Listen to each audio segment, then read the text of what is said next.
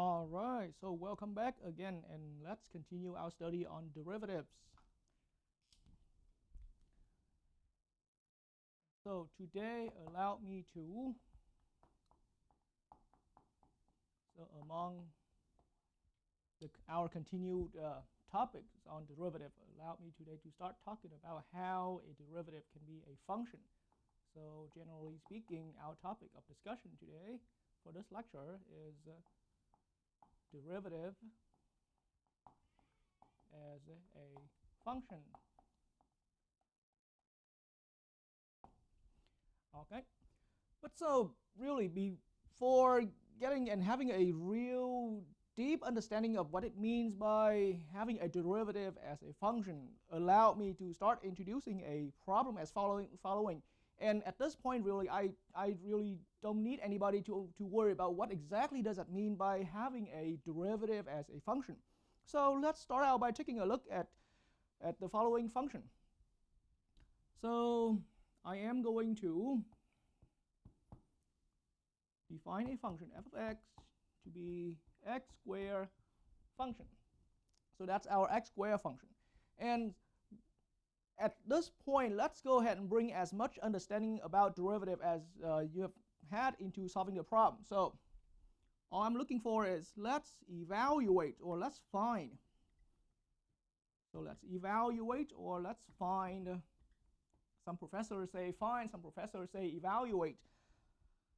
Let's evaluate this symbol over here. And after our previous lecture, then f prime right here means the derivative of this function in respect to that function f, and at let's say 1. Okay, and so at this point, really anyone is going to directly get into doing the work by setting up that famous difference. What we're looking for here is, and one more time, let's verbalize it out. This is the derivative of our function f at x equals 1. And so anyone at this point viewing this video lecture, and assuming you already have seen my earlier lecture on how to find the derivative of any function at a given point, then you would know immediately what to do. We are going to set up that famous difference quotient. So our given value here is 1. So I'm going to be doing f of 1 plus h minus f of 1.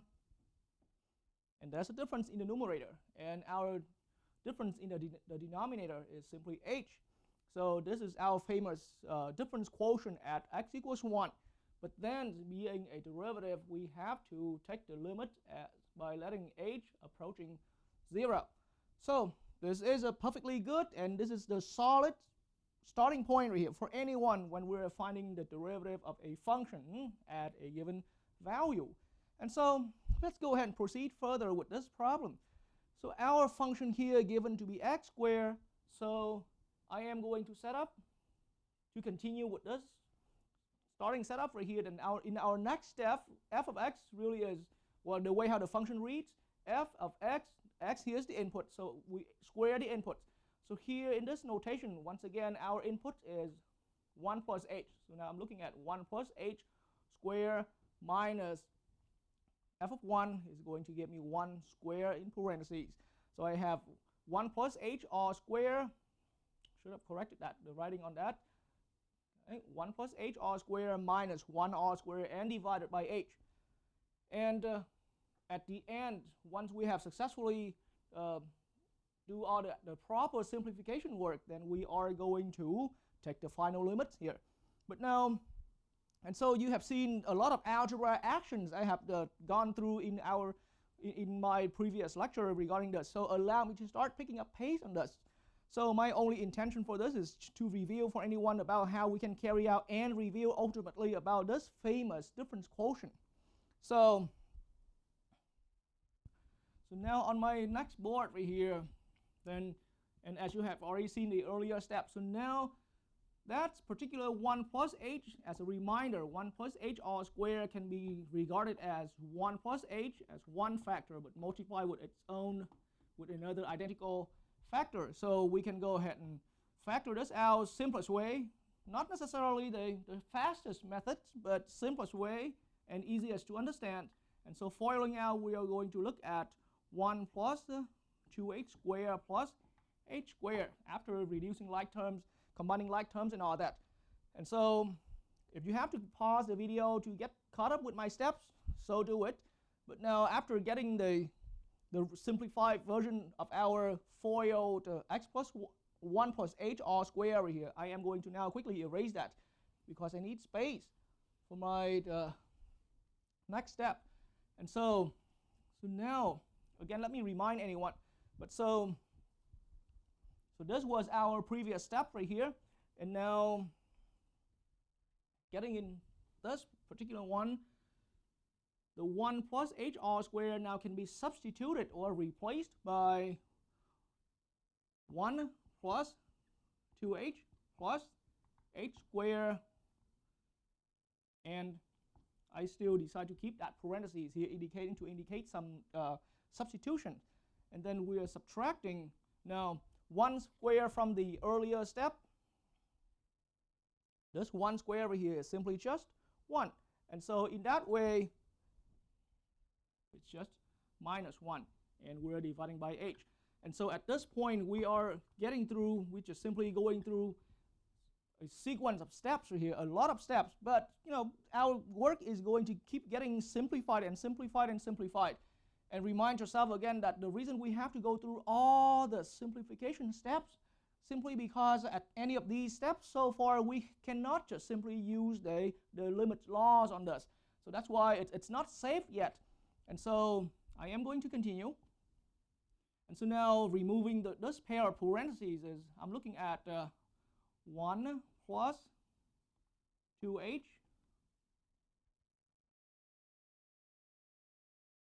plus h squared minus 1 over h. And then we need to ultimately at the end take a limit operation.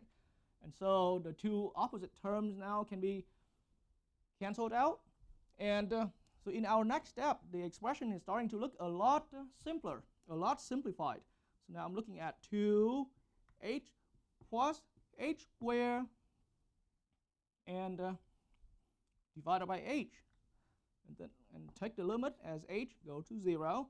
And again, we can, this point here is still not safe to apply directly the limit law. So we have to move on further to simplify it down further.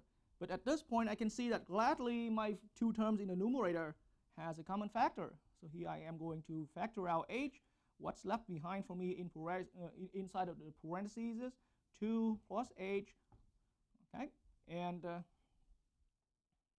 now it divided by h, and here we are still considering that famous limit operation.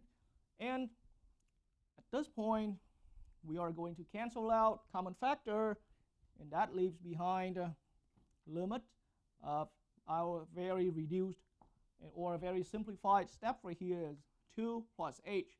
And now we're taking the limit as h goes to 0. And so at this point, then we are safe, or in other words, we have landed into the safe zone so that we can apply successfully the limit laws where there are no more troubles about dividing for a 0 limit in the denominator. And so now, just as limit law stated, then we can go ahead and, so the limit of the first term as a constant is going to be 2, and the limit of this lonely term h right here is going to be just 0 because h goes to 0. And so now our final limit is 2. Whew, so much work. But then let me remind anyone watching this video, what have we done right here? What is the meaning of this answer? This answer is telling us that from our function f of x equals x squared, and at one simple given value x equals 1, we have found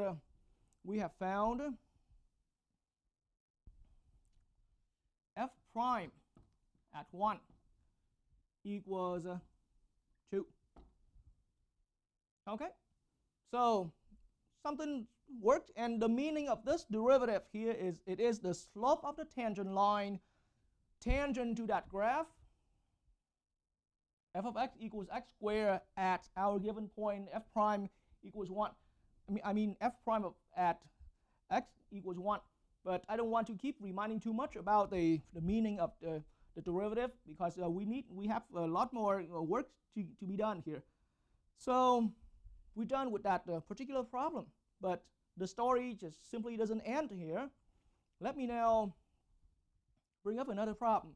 So that was the answer for f prime of 1. And then same function. We're still not going anywhere too far yet.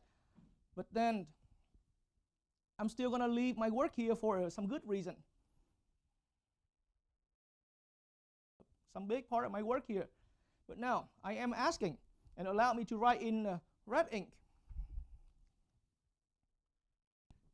Okay, and so I'm going to start asking on the same function. Let's say we want to find f prime of 3. Okay, then so at this point, any students, any viewers who have already mastered that skills of how to find the derivative of any function at a given point, then would immediately get into f of 3 plus h minus f at 3 all over h, that famous quotient again. And so the work is going to start carrying out again. That here we are going to start.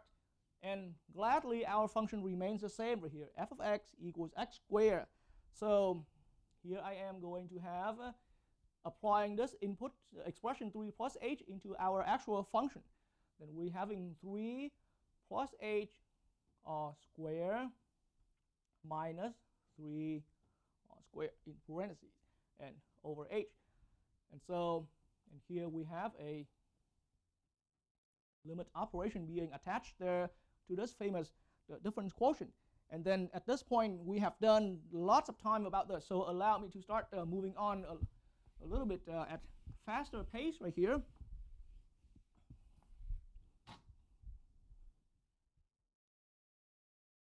And so in our next step,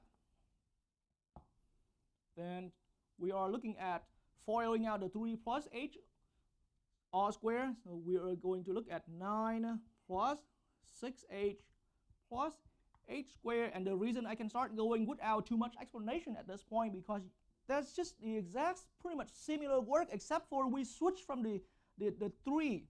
We switched from a 1 previously now to a 3 right there. So pretty much the setup remains pretty much exactly the same, except for we have to do a recalculation and all that. And so here 9 plus 6h plus h squared and minus 9 over h. And we set up our limits problem by letting h approach 0. And so again, opposite terms get canceled out. And so in our next step, we're looking at a much simplified expression already. 6h plus h squared over h. And we're looking at limit as h go to 0. One more checkpoint again. It's still not safe to directly apply the limit laws here. Your mental math skill can tell you that. And so here I am going to proceed further. And let's get into, so this step right here, we recognize there is a common factor of h. So once again, let's pull out that common factor h. We have left behind 6 plus h in parentheses and all over h. Get h approach 0 as a limits problem. Then again, we can quickly cancel out the h right here. Our expression at the end reduces down to 6 plus h, and taking limits as h go to 0. And again, at this point, it's starting to be, it has become safe to start substituting or applying the limit laws into this. So first term, being a constant term, gives me a 6. Next term right here, as h gets close to 0, my next term right here gives me a 0. I might have set 0 here, but I meant that as h go to 0, give me a 6. So altogether, my overall limit of this function is a 6. But in the end, we didn't do a limits problem. We were ultimately doing a derivative problem. So the answer now is f prime at 3 equals, our answer is 6, and we found an answer. So the work is pretty much repetitive from the earlier work that we've had. And then, so things are still fine. Things are still fine, meaning a lot of viewers, as you follow along with my video here, not too many of you have complaints yet. And complaints, I mean the amount of workload you have to, the amount of effort you have to go through just to find the derivative at a value. Because in the end, it's something relatively new that we've just learned not too long ago. But now, same function. F of x equals x squared. F of x equals x squared. And now I'm asking you the next thing.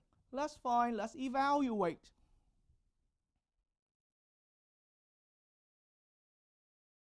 F prime at -2. Now, so at this point, trust me, when classes of mine were still face-to-face, and I believe this is also the same, the same way of thinking for most viewers at this point, my students would be like, really, Mr. Dung? Really? I mean, why would you have to make us keep repeating the work here? I mean, what's that repetition that Mr. Dung is talking about here? We have to, again,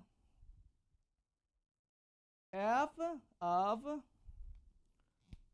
2 plus h minus f of 2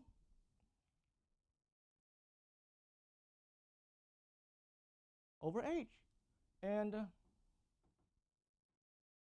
letting h go to 0.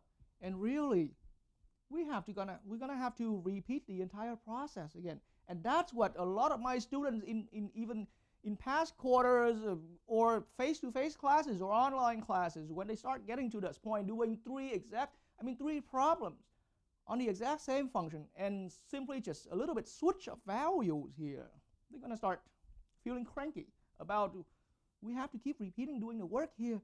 And so really, do we always have to restart the entire process from setting up this starting famous difference quotient, and we have to restart going through all that crazy simplification algebra again? All right, so now let's say here's a good news. And actually, good news is a little too soon to say. But my point is, there is actually a way to make things a little bit more, or I shouldn't even say a little bit, but much more effective than this. So the intention now is that, is there a way to find a general rule? Is there a way to find a general rule? Of course, we're still restricting ourselves within looking at this function, f of x equals x squared. But at least within this function, f of x equals x squared, is there a general rule about f of x, f prime of x, I mean? And the point now is that, is there one general rule that once we have found it, legally found it, meaning, and legally I mean you found it with the solid steps. And so is there a general rule about f prime of x that once we have legally found it, we can just simply see, hey, plug -1 in, plug 2 in, plug 3 in, and we boom, boom, and boom, get quick answers, instead of keep repeating the difference quotient and repeating the difference quotient and repeating the difference quotient. Nobody wants to do things like that. Okay, and nobody wants to keep, wasting your time reinventing the wheels over and over. And so in that way, yes, it is now time that we're going to start looking for a way. We're going to now look for a way to find a general rule. And let's for now still, I'm being clear about, let's only for now stay within this function, f of x equals x squared over here. But our aim now is to find a general rule about f prime of x, so that we can start flexibly substitute in different values and quickly and effectively, efficiently find the different slope value, the different derivative value. Okay? And so now, for that purpose, we have done that a lot of time up to this point. And so, trust me, your mind is starting to lead you into that way as well. And so, that general rule, that f prime of x, but keep in mind now. So now let's look for f prime of x, but this x here just represent, you know, any general x value, okay? So let's try to do it sort of like one formula, one general rule, recognize one general rule for f prime of x at anywhere, at any x value. And then once we've done and we have found that, we can use that for substituting in different value, okay? And so at this point, after doing so many times, we have to once again, one more time, I promise, one more time on this function, and then things will be a lot better. We have to set up the famous difference quotient again. But hey, this time it's just only a general x variable, not like a 2, not like a 1. So what do we use here for the plus h thingy? We're going to go with x plus h. So instead of f of 1 plus h minus f of 1, instead of f of 3 plus h minus f of 3, we are now going to do f of x plus h. Why not? It's just simply an expression that we can legally substitute into our function. And this x variable that I'm using here is representing any value, any given value. And now we're subtracting f of x. Okay? And so there's not much difference between the formula we're learning now and the formula we have learned previously. And we're still going to divide by h. So this is our famous difference quotient again, but being generally regarded as with an x variable instead of being a particular value given to it. And now we are still going to take the limit operation as as h gets close to 0. So I need to erase some of this extra writing, optional writing on the board here. So now let's carry on to the next steps. And so keep in mind, we are really pretty much repeating all that work previously, but the only difference now is that we are no longer doing at a specific given value. We're just going to be trying to find out a final derivative setup that works for generally any x input value. And so in that way, so let it be that way. Our function is f of x, x here's the input. The rule of this function says f of x, f is going to take the input and square. So f of x takes the square of x. Okay, so now we are substituting x plus h for x. That means input square, I am going to take x plus h and square the whole thing.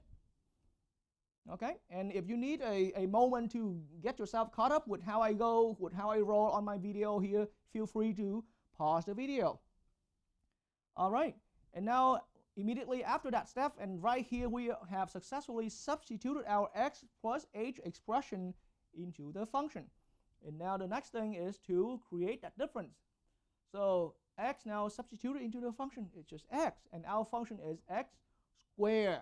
Okay, so we're looking at x plus h all squared minus x squared, and divide by h, and we are going to take the limit as h goes to 0. Okay, and once again, if you need to get clear with any of the steps here, feel free to pause the video and do your own steps to get to somewhere that's like my step right here. All right, and so now let me advance to the other board and so that we can continue with the steps here. So now, right from the previous steps, that where we landed at the very last step right here, then I need to remind again, but in our very previous step, then the x plus h in parentheses square here, once again can be algebraically regarded as x plus h times x plus h. I never said that this is the best way or the fastest way of getting things done, but this is the easiest way to understand and the easiest way to remember and get things solved. But if you know any faster trick to FOIL out, to expand out this perfect square, that's just fine, go for it.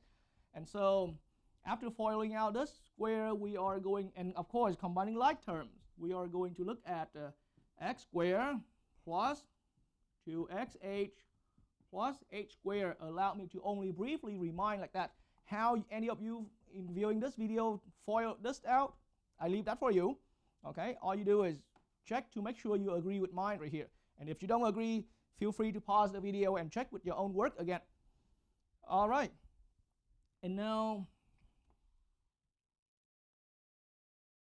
so my purpose of bringing up that algebra, and again, I have to constantly remind anyone, in order to be successful for this class, being in a calculus class, and no matter how far you go, how you advance in math, you have to get your algebra skill going. That's the foundation of any math above.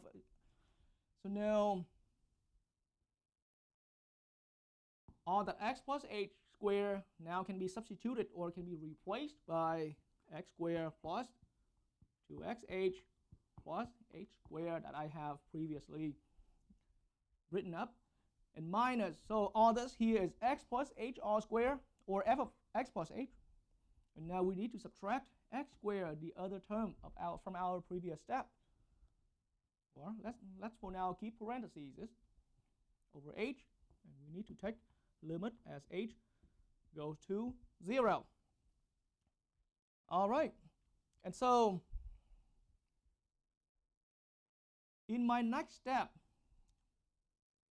what I can see here is after once we can remove the parentheses or take away the parentheses, then in our next step here, we are going to produce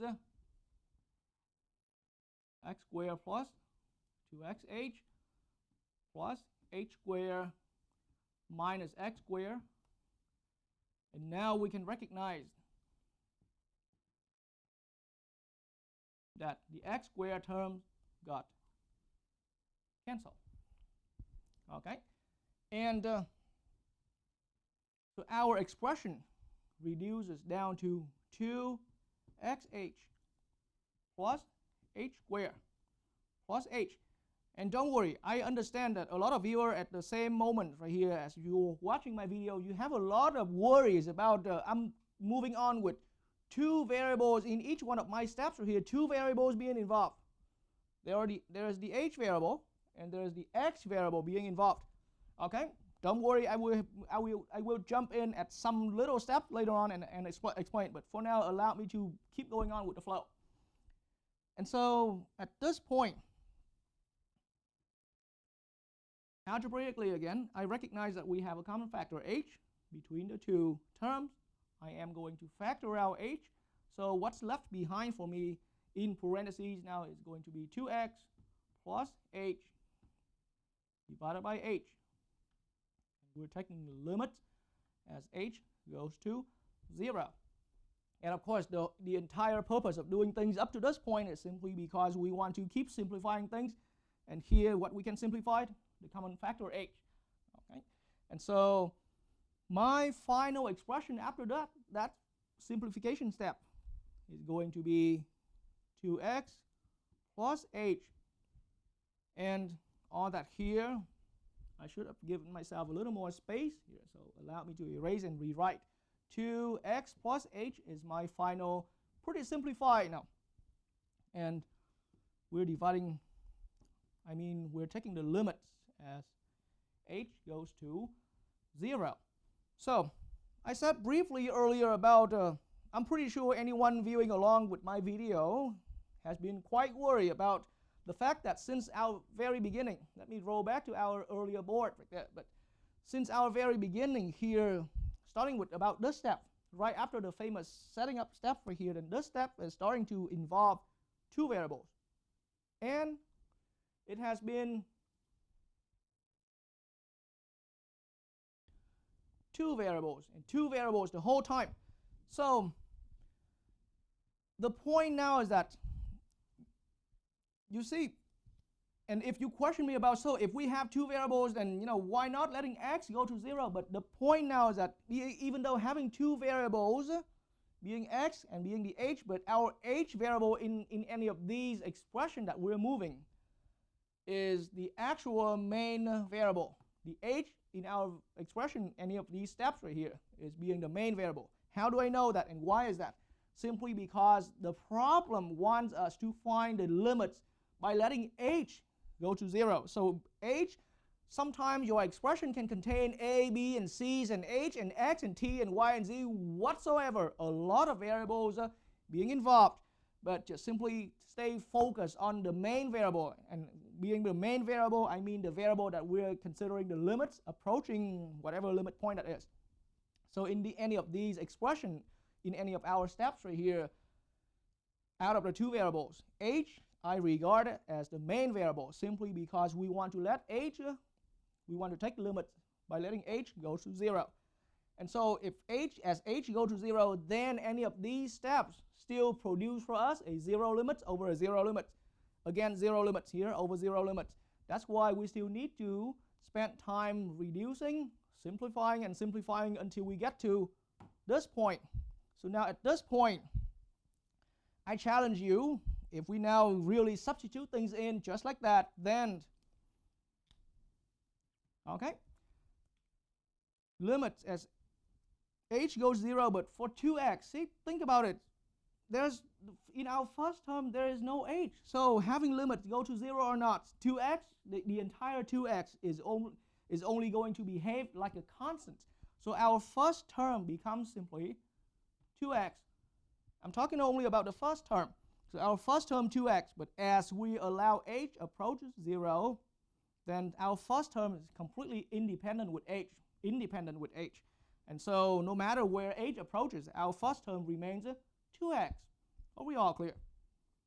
And so now the next term is the term that's dependent on h. And so now as h goes to 0, our next term goes to 0. And so in that way, now go ahead and simplify our final expression. Now we're looking at 2x. I hope you realize what you have found for yourself, what you have discovered for yourself. Ladies and gentlemen, this is the impact of what we have done and how useful that is.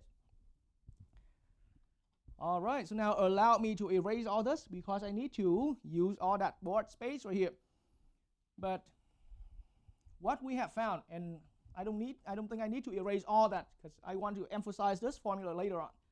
But for our function here, as long as our function remains f of x equals x squared, then here's the thing. We found f prime of x through our limit process right here, our general limit process. We found out that our f prime of x is generally at any input x value is generally 2x, 2 times x.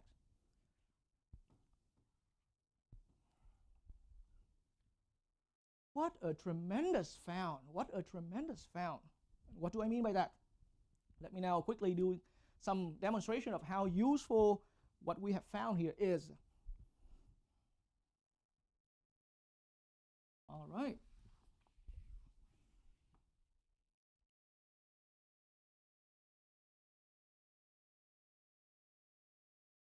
So now we have found that for our function f of x equals x squared, and f prime we have found is 2x. F prime of x is 2x. And so in that way, let's look back at the first problem. We were asked to find f prime at 1, right? But now, after we have found this work right here, then f prime at 1 can simply be, this value here can be regarded as the input for some newer function. I'm starting to say that word newer function. We're having a different function here, 2 times x. We're treating x here as being our input. X was the input for our original function f of x. And here x is also being regarded as the input for our f prime, being treated as a new function. So now substitute 1 into this 2 times x function. So 2 times the input 1, our final answer is 2. And that is just exactly consistent and exactly equal with the value we have found previously when we were carrying out the formal limit steps. So what about f prime at 3? We have done this using the limit steps earlier. And now if we have, with our new discovery right here, what do we have here? We can just simply, easily substitute this into our new function. So 2 times 3, and our function value turns out to be 6. So this is exactly equal to that value we found earlier when we were finding f prime of 3, f prime at 3 using the limit steps. And now we brought up this little problem, but then I kind of got hung up because I didn't want to spend too much time getting into it. I brought up this one, but we never had a chance to finish that because I'm sure that if I would go into that, you're going to feel it's a waste of your time watching the video. But now f prime at 2 is going to be, so now 2 times 2. So now that equals 4. That's how useful that is. And so tell you what, f prime, same function. So now if I'm looking for f prime at -1, it is going to be 2 times -1, which is -2. That is how useful that is to find, and usually when it's, and I can tell it that here too for anyone viewing the video, but I call this work right here, it's a one-time investment for our function f of x equals x squared. I spent one huge investment to do maybe some things can turn out complicated sometimes. But so assuming that we've got some work done and we spent a lot of time, a lot of efforts, but come up with a final general derivative of our function in terms of x, then once we have found that, the reason I regard to that as a one-time investment is that you can just keep reusing it and being to calculate, to evaluate derivative value at any given x value, and a lot more flexibly. Okay? And so that is the start of our idea right here. So if now we realize what we have found here, and I did mention that at the end of our steps after we've worked it out, but so now if we're realizing that the nature of our general, well, we call this, as far as the name, we call this is the general, okay, this is general derivative of the function f of x. But see, I said general. I don't have to regard, unlike the definition we've learned from in the previous lecture, then I have to always say for example, something like this. This is the derivative of the function f, right? The derivative of f of x at x equals 1. But here I can entirely skip that because here it's just the general derivative of this function f of x. And I don't have to point to any specific given value. And then even for short, many textbook authors and many instructors, including me, favor to just even call this thing and skipping that term general, and you don't even need to call it general, just say commonly derivative of f of x, provided you know what your function f of x is, then derivative of derivative of f of x is that, okay? And so your function in this case particular, f of x equals x squared, we have found its derivative being 2x, or its general derivative. So crossing it out here is a little brutal, but how about let me put in parentheses. Saying it or not is the same meaning. So some people can call that the general derivative. This is a general derivative of our f of x, but somebody can just simply skip that. Okay, and so now let me do a little bit graphical demonstration here. And so now back on my other board right here. So with our function being f of x being x squared, and we found f prime of x equals 2x. And then so this f prime at 1 right here, we found both through the limit steps, and we also verified again that using the new formula, right? The new quick general rule. You can call that a shortcut, but f prime of 1 equals 2. F prime of x at 1. F prime of x at 1. Okay? Or f prime of 1, even for short, you can call it that way. But what's the meaning of that value? It's the slope of the tangent line. Remind yourself. Maybe my reminder here, I'm going to write it in red ink, but f of x was x squared. And x squared has this famous graph being the nice parabolic shape right there. And so when x equals 1, okay, we are going to have a point on the graph, just like that. And so this 2 right here represents, and so right there at that point, we're regarding to that as a point where there is a tangent line, tangent to the graph of f of x equals x squared at that point. And so f prime at 1 equals 2 means the slope of this line, this tangent to the graph, equals 2. So now really, after all that brief reminder, let me bring it up graphically, and anyone will understand that. Any viewer who follows along will understand that. Okay, so here's our famous function f of x equals x squared here, and I already placed a point here on the graph. Okay, and with that point here, and now I am going to put a tangent line. So see, let's say, how about let's start out with, let's immediately get into that that point x equals 1. Okay, so maybe I should adjust this to be, all right, so this point right here. So when x equals 1, we have a point right on the graph, and that point is 1, 1. All right, and so now here's a tangent line.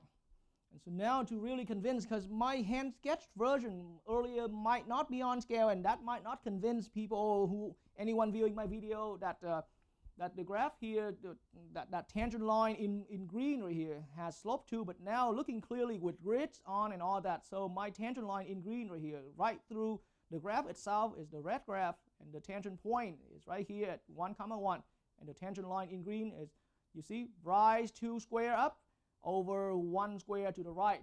And that's how we've been saying famously, rise over run, slope 2.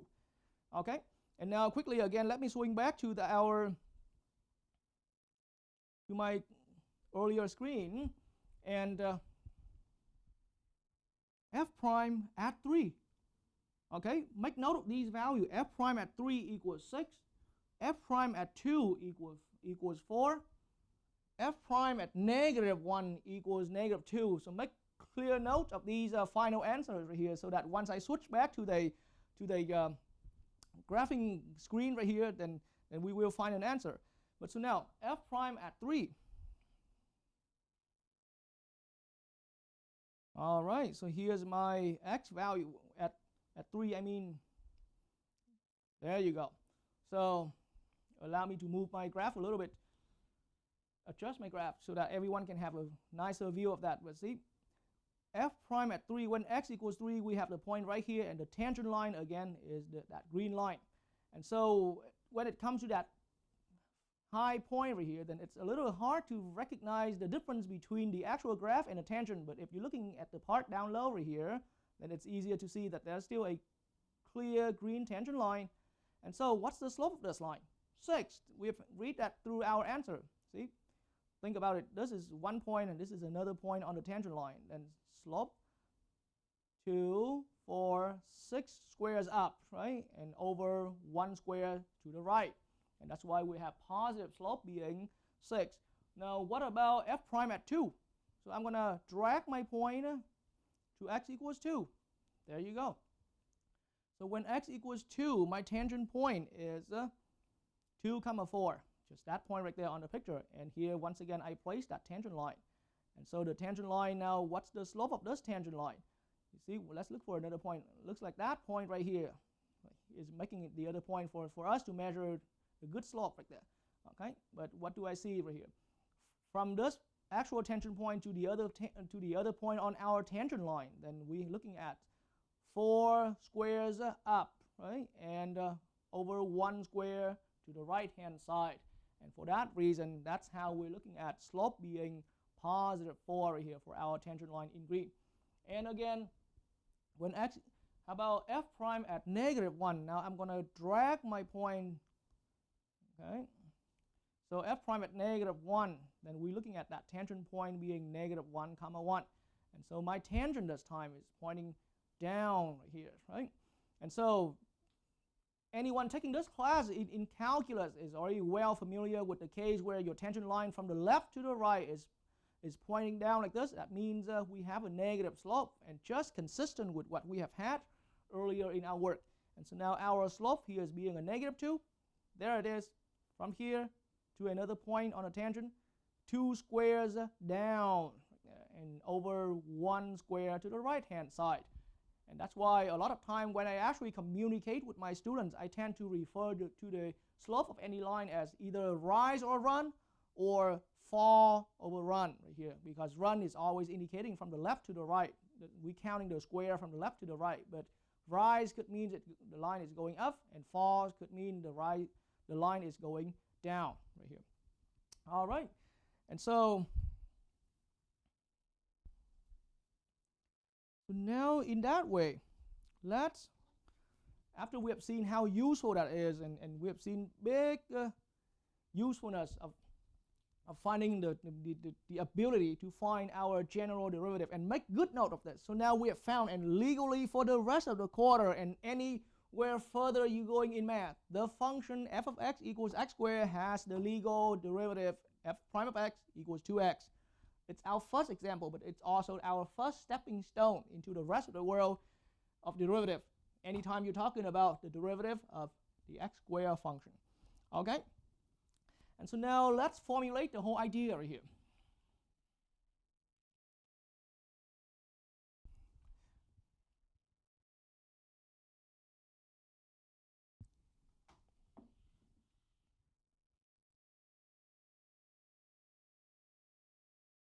So now let's formulate a definition, which came out as our, which now after coming out, it's a definition. All right, so definition. So say we're given, or let f of x, right, be a function, be any function. How about be a continuous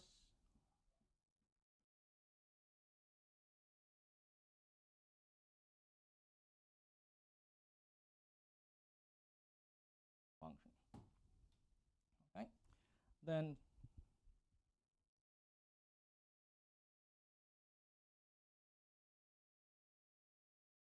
so f prime of x,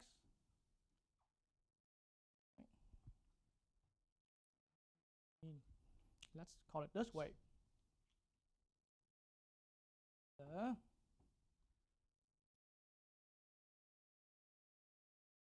derivative of f of x, and I should have had that term, the general derivative.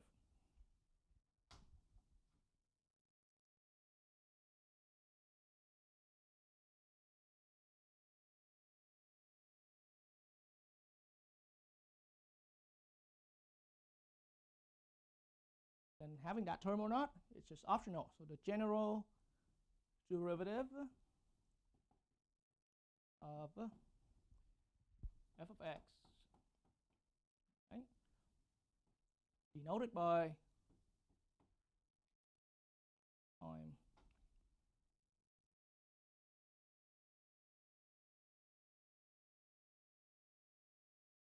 this symbol f prime at x right here, okay, is given by. All right, and so f prime of x can be found by doing, first, we're setting up that famous difference quotient, f of x plus h. And really, I hope you won't get bothered by myself switching markers a lot of time, but I'm doing this for a purpose. My red marker is to indicate where you need to focus your attention to. So we always gonna set up the famous difference quotient, but this time f of x plus h minus f of x, and we are dividing by h. And then after successfully setting up our difference quotient as the famous starting step, then keep in mind ultimately that we treat the problem as a limits problem. So we're letting limits as h go to 0. And so this is our definition of what it means by being the general derivative of a function f of x, any function f of x, or even in short, just the derivative of any function f of x. And that's the only way. Okay? And so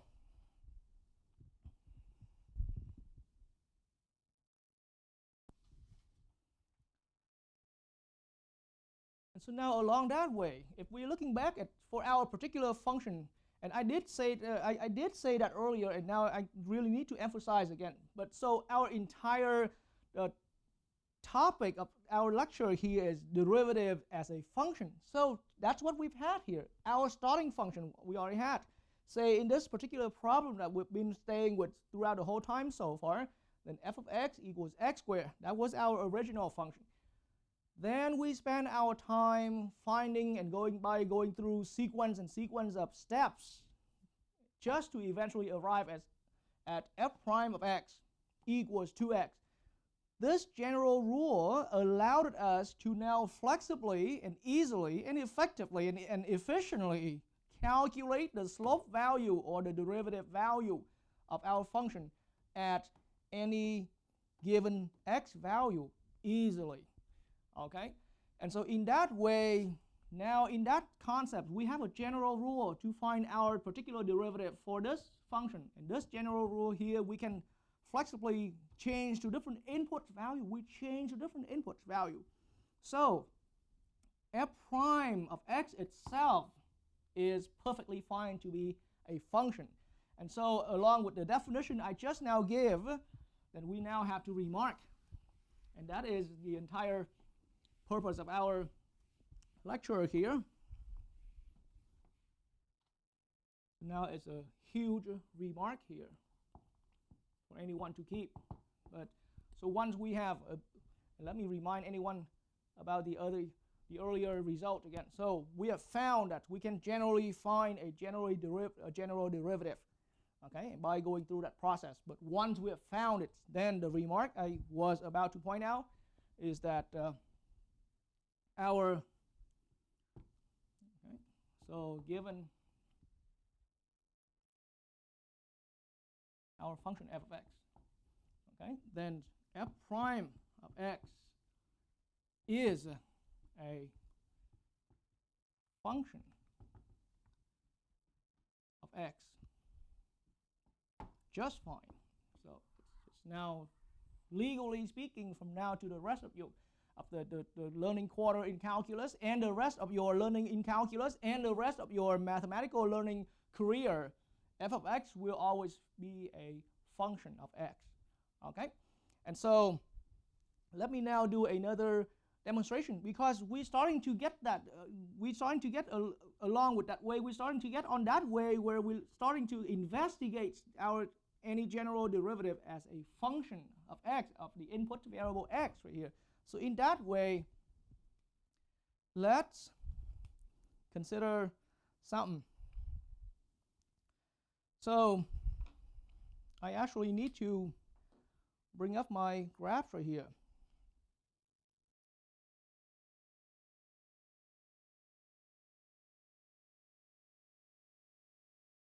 All right, so give me a minute. Okay, so back to our graph. All right, so this is the graph for our x squared function. F of x equals x squared function. All right, and once again, I am going to put that work here. Okay, so with this quick demonstration that I want to point out here, so with our function, the x squared, this is a function. It has a graph, and that's what you see right now on that screen right there. So, but now we realize that f prime of x, we have found that to be 2x. But 2x can also be regarded as a function. So f prime of x equals 2x is a function as well, or it's a function too. Okay, and being a function, it's going to have a graph. It's legally, it had its legal right to have a graph. Okay, and so the graph of f of x, and I mean the graph of f prime of x, So on screen currently I only have the graph for f of x. And now I am going to instantly pull up the graph for f prime of x. So this line in blue now is the graph for f prime of x. And then if we need a better view right here, let me bring it up this way. So how about, there you go. So now I have it on full screen right there. But so our function here now in this graph, okay, so in this graph here I am showing two different graphs. So one is the graph for our actual function f of x equals x squared in red, and the straight line. And of course, please, anyone viewing this video is hopefully well familiar with the graph of this particular function. It's just that famous function 2x. I mean, it's a line, it's a linear function, slope 2, right? And you know, y-intercept being 0. And so back in my computer screen showing the graph here, then that's why we are having the graph looking as such. Okay, and so in that way, for the rest of the quarter, anytime that we are looking at a function, then do expect that the derivative of the function we have will be another function. And a lot of time we will be doing that kind of problem where we mix between, we're showing the graphs of two functions. One function is the original function itself, and the other graph is the graph for its derivative. And of course we will come back and study this. And now let me get back to my board. All right, and so let's now get yourself introduced with some more notation to be used, and which is making it a lot more convenient for the rest of the quarter.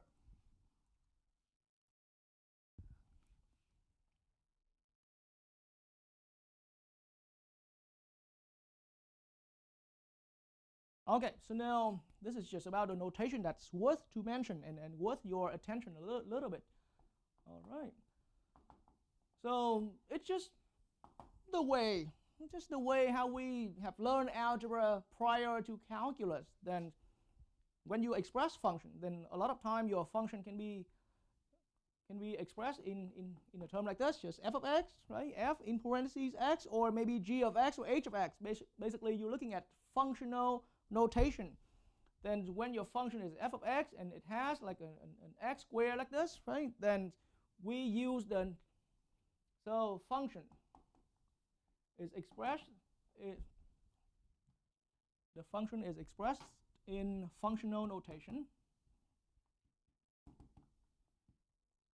Okay. So when it's a functional notation, like when you express your function and you having function's name and then indicating the inputs, then so for the function level, right? Then this is the derivative level. We use that notation f prime of x, and we already found for this particular function it's 2x. So we have already and we have seen this idea of using the f prime symbol before, so it's not too much of a surprise. It's just earlier we've learned it's f prime of 1, f prime of 2, and we get straight into doing that by doing the limit process. But here, so now we can legally use f prime of x as a general indication of what we have here is the derivative. Okay, so this is the derivative in respect to that function f of x. So if we are looking at, so think about if your function is g of x, if you're naming that g of x equals whatever that is, then the derivative level now is going to be g prime of x. Okay, so it just, see, the prime is really the main thing about indicating that it's a derivative, and it's attached to your function's name, right there, indicating that, because a lot of time you could be working with 5 functions, f, g, and h, and I, and j, and k, whatsoever. And so put a prime next to your function's name. That's how you're indicating that what you're working with is the derivative in respect or relative to that current function originally you were working with. Okay? But that's just one way. So these are all derivative symbols. One style of writing derivative symbols. But now, the way how you write function. back in algebra, you didn't only write function using functional notation like what I just erased. You also wrote, say, for your x squared function we've been working with. Then you also wrote your function a lot of time like this. A famous y equals, and now here it comes on the right-hand side, you know, your entire expression only involves the x, okay? Only involves the x. And so in that way, and so now if this is the function level, if this is your original function, then so here's how we're using the symbol for derivative. So if it's just sort of like an agreement. So if your starting function is expressed as, or in equation format like this. So this is an equation unlike the functional notation. So now we're going to use the dy dx symbol. So dy dx equals 2x in this case. See, so this is the symbol for indicating this is our derivative. Okay? And that's to get clear with everybody about the symbol. It's another way of indicating that it's a derivative. And eventually, you would see Mr. Dung tend to favor this symbol a little more, just a little more. If class here, when classes were still face-to-face, and when I was leading a face-to-face class, I would spend a little bit of time, you know, describing the historical development between the two symbols. But how about here for our online classes, and especially viewers watching calculus video, I would love that you search on your own. There are tons of Google resources out there that explain historically where the f prime symbol came from and where the dy dx symbol came from, and you know, where was the original reason why they came up using those kind of symbols for derivative. But they mean the same. So either f prime of x or dy dx is the same, just different ways expressing it relative to different ways how your function originally was written. Okay. All right, and then of course there's still more about that, but allow me to bring it up as we go along. So now it's time for doing some example. So we've learned a lot now at this point, and we found that we have discovered a fabulous way, right, to get our derivative work done a lot more effectively. So now let's apply our skill into doing that. So now I'm going to call that example 1. Okay. So example 1, starting out with, I'm going to define a function be f of x equals x cubed. Okay. And so now, once I have defined our function, how about part A of my example here? Let's find. So I want to find, so the function here is written in the form of f of x equals x cubed. So I'm going to ask directly, let's find, I want viewers to go along with me, and let's find together f prime of x. So what is this indicating? We want to find the general derivative of this function at any input x value. That's why it's called general, or for short, just find the derivative of the function f. Our function here previously was given the name f. So here our derivative f prime of x. And then notice if this thing was given as, if our original function was given as y equals x cubed, then the same derivative we can regard to that as dy dx. But keep in mind again, our original function was expressed in terms of f of x equals x cubed, and so we now know how to make a good choice with that. I am going to go with that symbol right here instead of this. But no, that's just not too important. The real important part here, in order to find our general derivative, we have to set up our famous difference quotient. So f of x plus h. It's almost like I'm repeating the entire definition. That limits definition of our general derivative. Okay? And now, since our function f this time, we're no longer working with the f of x equals x squared. So just for everybody to know that. So f of x this time is x cubed. And so here we can easily substitute our expression x plus h into our input x of our current function. And so now that produces for us x plus h, all in parentheses cubed, minus, so now f of x is just that ordinary function f of x equals x cubed. I'm subtracting x cubed. So that's the difference. And we're dividing by h. And don't forget again, we're taking limits by letting h approach 0. Okay? And so at this point, I've used this term before, and now I have to emphasize again, but we have just now learned how to find the general derivative of any function. But primarily speaking, or as the highest priority of this work right here, is a limits problem, even though we did a lot of algebra, but the higher purpose of this, in the end, the higher kind of work, the higher priority works right here is to find the limits. And so overall, this definition of how we start out with the limits is, how we start out with a derivative is being regarded as the limits definition, the famous limit definition of any derivative of a function. And so now, in my next step, I can just simply remind anyone. But x plus h, how about, let's move on. Let's get quickly to my other board right there to give people a little bit of scratch work. Okay.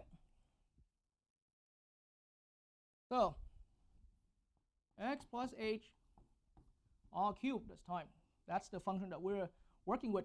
So you don't have to worry about any fancy technique. You have your own time after viewing this video to hunt for those quick and fast technique, but easiest to understand. Think of this high power as x plus h times x plus h, but how many times do we have to write that? 3 times for this case, times x plus h.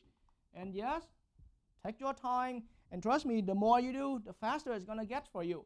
And then eventually, as you keep forcing yourself to work, pushing yourself, if you keep pushing yourself to work, then you're going to know what you need, and you're going to start looking for a good, effective way to factor out these things, to FOIL out these things quickly. But so after you spend your time working, you should arrive at something like this. X cubed plus 3x squared h. And I'm talking about after all the crazy, the like term, combination of like term, combining like terms and all that, plus 3x h squared plus h cubed. Okay? So what is this for? This is going to be substituted in our expression for this. So all that, in the next step, all that x plus h all cubed now is simply going to be replaced by, we're looking at x cubed plus 3x squared h plus 3x h squared plus h cubed. Okay? But just because we wrote so much doesn't mean we're done, right? So that's only simply replaced for this. But now don't forget, we need to subtract, because we were looking at what? A difference quotient. And so now we're going to subtract x cubed, and we're dividing by h. And now, ultimately, the problem is a limit problem. Okay? And so, in that way, now I can go ahead and move to my other board to work with.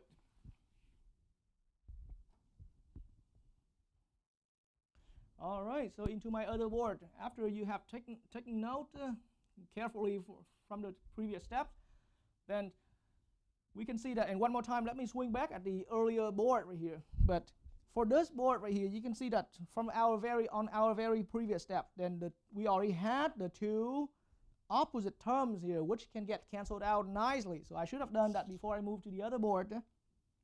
Okay, and so we cancel out the x cubed.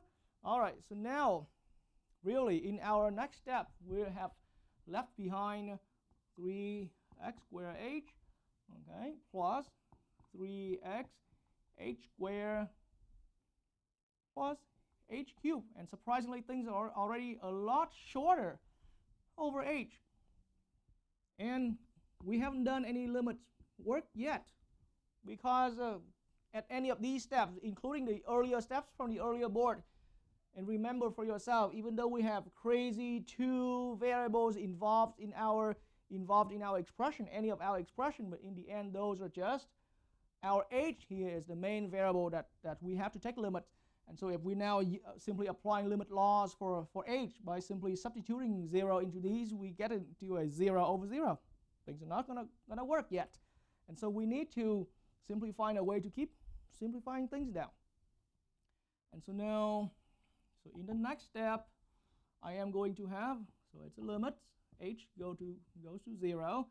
But now, in my very previous step right here, we have a common factor of h throughout all three terms in the numerator. So now I am going to factor out my h, and that's all it needs. Factor out the h. And now what I have left behind now is first term becomes 3x squared plus h. I mean, h is gone there. So 3x squared, my mistake for writing plus h. Now we plus, the next term becomes 3xh, okay? And all the x variable remains exactly the same right there. And plus, and now h cubed term, with after factoring out h, we're looking at h squared here, and over h. And so now noticing that we have h in the numerator and another factor h in the denominator. These two are common factor. We can now cancel away the common factor, and what we're ending up here, limits as h goes to 0 of our, and our expression becomes 3x squared plus 3xh plus h squared. Okay, and at this point it is a safe zone. We are in our safe zone where we can successfully substitute or apply the limit laws directly to get to the final limit. And so 3x squared did not have any h variable involved. That first term is independent with h. So it doesn't matter where h goes to, what value h goes to, that first term remains 3x squared. And I believe I have given that similar explanation when we were still working with the x squared function.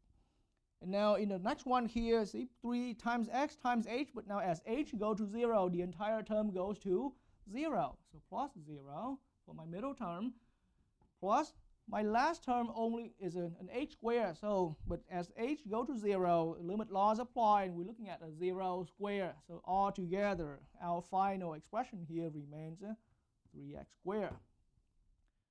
Okay, so it's a huge bingo for us right here. What have we found? Okay, so in this case, remind me to quickly flash back at the other board right here, but our function originally given at start being f of x equals x cubed, and now we have found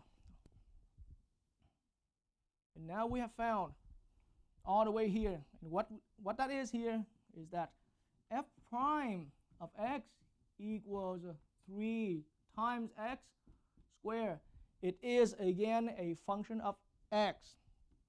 And now, legally speaking, for the rest of your calculus learning, doesn't have to be Calc 1, doesn't have to be Calc 2, it can be whatever calculus you're in, okay? But the derivative of f of x equals x cubed, the derivative of the x cubed function will famously be 3x squared, okay? And so in that way, at this point, what we have found here is the general derivative of our f of x. In this case, in this particular example, our f of x function was a x cubed function. So the general derivative, or just derivative of f of x, is 3x squared. What's useful about this? What's useful about this?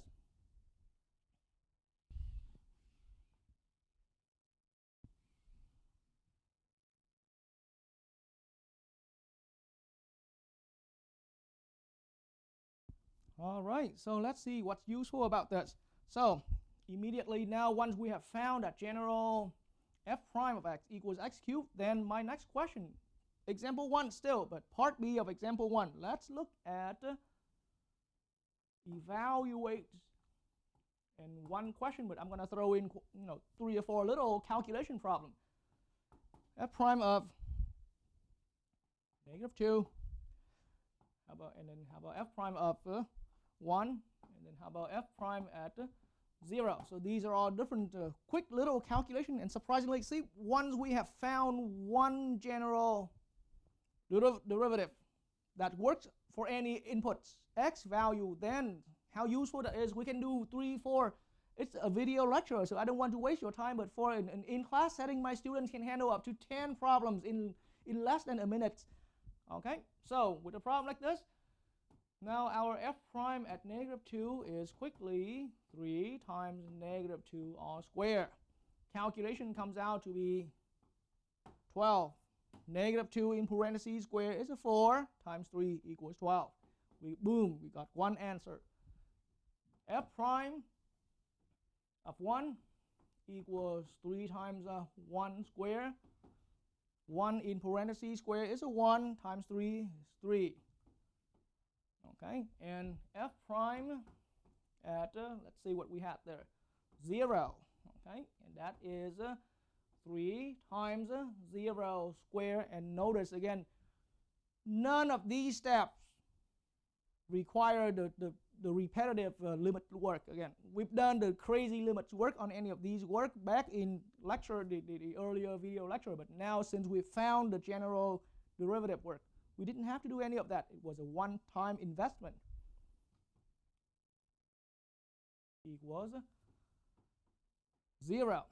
Okay, and so now what's the meaning of this, of these crazy quick values here? Because think about it, eventually we're going to have to hit back with 1 or 2 tangent line problems again. And trust me, for any time anyone studying calculus with me, I will have to occasionally keep hitting you guys back with a tangent line problem.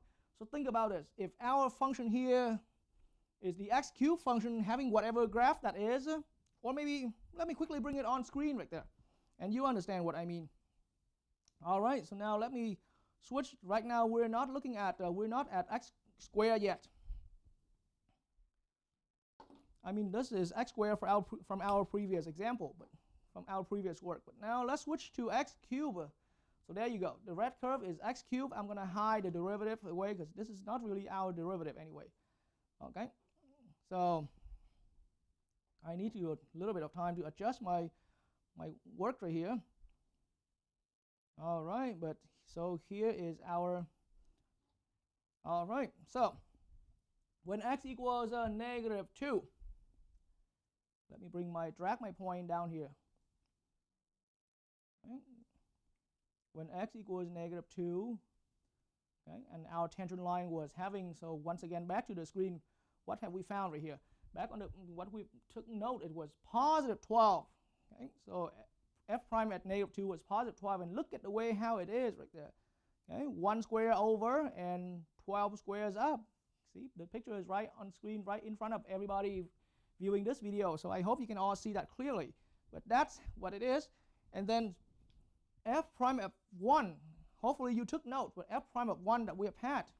So now I'm going to drag so this red curve again is the curve for our x cubed function. So now I'm going to drag my point to x equals 1. Okay, and then let me move the graph a little bit so that you can see. So f prime at 1, in our case here, the tangent line in green has slope. See, 1, 2, 3 squares up over 1 square to the right. So that's why our answer f prime at 1 was equal to 3. And the other one, f prime at 0, I mean. Okay. So when our x value is 0, we got f prime at 0 equals 0. Now notice how the tangent line in green being placed according to decimals here. It looks completely horizontal. So remind yourself from your previous algebra understanding, but what's a line, what is the slope value of a horizontal line?